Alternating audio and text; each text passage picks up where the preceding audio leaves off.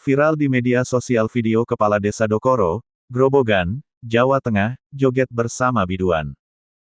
Kades dan sejumlah aparat desa yang berjoget dalam video itu diduga melanggar protokol kesehatan. Video itu direkam saat acara pelantikan perangkat desa yang baru pada Rabu, tanggal 23 Juni tahun 2021.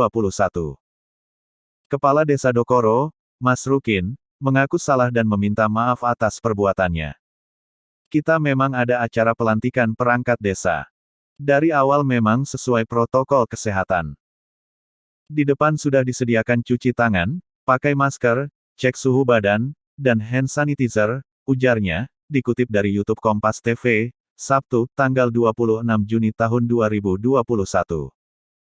Ia mengungkapkan, dirinya spontan saat diajak berjoget oleh perangkat desa yang lain. Ada salah satu perangkat desa yang baru karaoke. Saking senangnya terus ikut berjoget, terus manggil Pak Lurah. Spontan, saya juga ikut nimbrung, ungkap Mas Rukin. Dirinya mengakui perbuatannya itu salah dilakukan saat masa pandemi COVID-19. Ia kemudian menyampaikan permohonan maaf kepada masyarakat.